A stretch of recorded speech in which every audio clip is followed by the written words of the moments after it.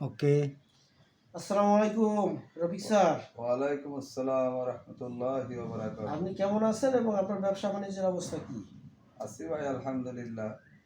ব্যবসা বাণিজ্য মোটামুটি আগের থেকে একটু ভালো হয়েছে। দেশে অর্ডার পাতি বাড়ছে।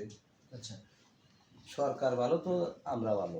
দেশ ভালো থাকলে আমরা ভালো থাকি। দেশে সরকার আছে নাকি? এখন দেশ তো সরকার আছে না। নির্বাচিত সরকার নাই। নির্বাচিত সরকার না থাকলেও এখন যে সরকার পাইছি আমরা অনির্বাচিত থেকেও ভালো আছে ভাই। আচ্ছা আচ্ছা। তাহলে আপনি কি আমাদের জন্য ভালো, দেশের জন্য ভালো। এখন নির্বাচন চান, না আরো কিছুদিন পরে নির্বাচন আমার হোক এটা মতে চান? আমার মতে ভাই এই মুহূর্তে নির্বাচন না হওয়াই ভালো। আচ্ছা, কেন এটা আপনার মনে হলো যে নির্বাচন না কারণ হওয়া হলো ভাই ভালো? এখন দেশের যে এই সংকট চলতেছে, জি। এই সংকট আগে গুছাইতে হইব, হুম, হুম। সংস্কারের কাজ শেষ করতে হইব, তারপরে তো নির্বাচনের চিন্তা। আচ্ছা কথা বুঝছেন? কারণ দেশের সব কিছু এলোমেলো হয়ে গেছে। আচ্ছা। কারণ এগুলা গুছাই আইনে তারপর নির্বাচন দিতে হইবে। আপনার কি মনে হয় ভাই? আমার যেটা মনে হয় সেটা হলো যে আসলে বাংলাদেশের জন্মলগ্ন থেকে এই পর্যন্ত যারা এই দেশ পরিচালনা করছে সবাই হলো ধান্দাবাজ।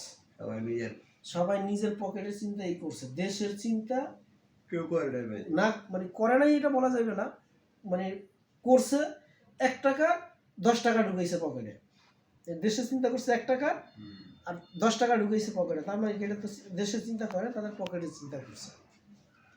কিন্তু এখন আমাদের যে প্রধান উপদেষ্টা ডক্টর মোহাম্মদ ইউনূস স্যার, তিনি নিঃসন্দেহে একজন ভালো লোক এবং সে নোবেল প্রাপ্ত একজন লোক এবং বহির্বিশ্বে তার খুবই একটা ফেস ভ্যালু আছে। আমাদের দেশের থেকে যেই ধরেন যে আমরা যে ঋণে এখন জর্জরিত, এই ঋণ তিনি কিছুটা হলেও রিকভারি করছেন। দেশে এখন অনেক রেমিটেন্স আসতেছে।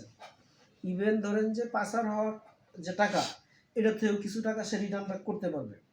করলে ধরেন যে এটা দিয়ে যদি ঋণটা পরিশোধ করতে পারে, দেন দেশ একটা ভালো পর্যায়ে চলে গেল। তখন যদি দেশের নির্বাচন দেয়, সেটা হইতে পারে ধরেন 1 বছর হইতে পারে, 2 বছরও লাগতে পারে, আবার 5 বছরও লাগতে পারে, এটা বলা যায় না, নির্ধারিত কোনোই বলা যায় না। কিন্তু সে দেশকে একটা ভালো পজিশনে আইনা যদি সে নির্বাচনটা দেয়, তাইলে ধরেন যে একজন নির্বাচিত সরকার আইসাও তারা দেশের হাল ধরতে পারবে। এখন যদি ধরেন দেশের নির্বাচন দেয়, তাহলে যারাই নির্বাচিত সরকার হয়ে আসবে তারা আইসা বিপদে পড়বে এবং এই দেশ তারা চালাইতে পারবে না। ইভেন ধরেন দেখেন, এখন যদি নির্বাচন দেয়, তাহলে ধরেন এমনি দেশ, আমাদের দেশ কিন্তু এখন ঋণগ্রস্ত। আমাদের সরকারি ফান্ডে কিন্তু ওইরকম টাকা নেই। একটা নির্বাচন দিলে হাজার হাজার কোটি টাকা এখানেও ব্যয় হবে। এখন নির্বাচন না দিয়ে দেশ একটা, মানে একটা পর্যায়ে নিয়ে এসে যদি দেশের নির্বাচন দেয়, তাহলে ধরেন তখন একটা নির্বাচিত সরকার আইসাও তারা দেশ ভালোভাবে চালাইতে পারবে এবং দেশের হাল ধরতে পারবে। এমনটা অবস্থা আমি আসলে মনে করি যে নির্বাচনটা এই মোমেন্টে দরকার নাই।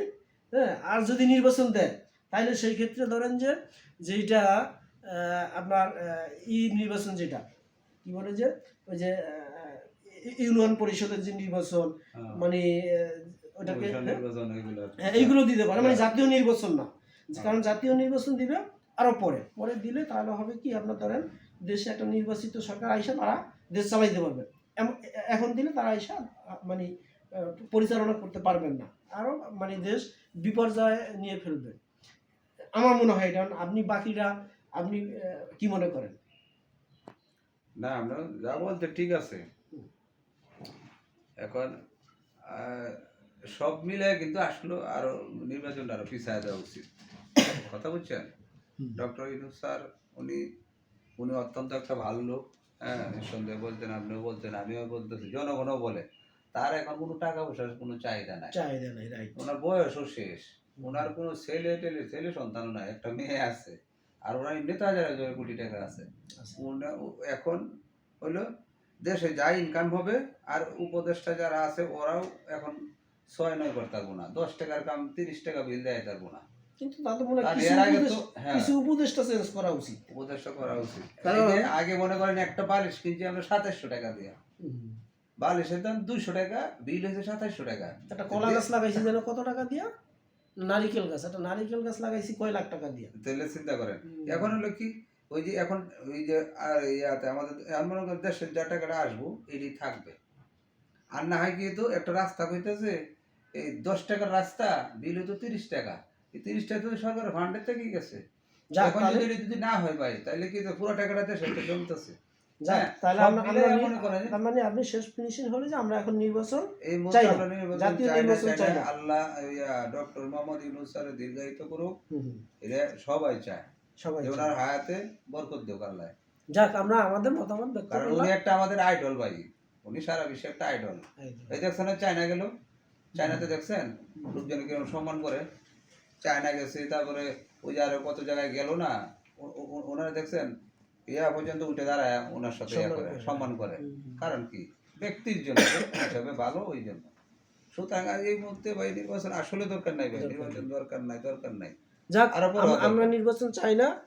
এখন আপনারা যেটা ভালো মনে করেন, আমাদের মানে আমরা সাধারণ আমাদেরটা মানুষ হিসেবে আমরা ব্যক্ত বলছি, করলাম, এখন বাকিটা আপনারা যা মনে হয় ওইটাই করেন। ভালো। আল্লাহ হাফেজ। আমি একজন সাধারণ জনগণ, আপনাদের কথা শুনে আমি আমার অন্তরস্থল থেকে আপনাদেরকে অভিনন্দন জানাচ্ছি।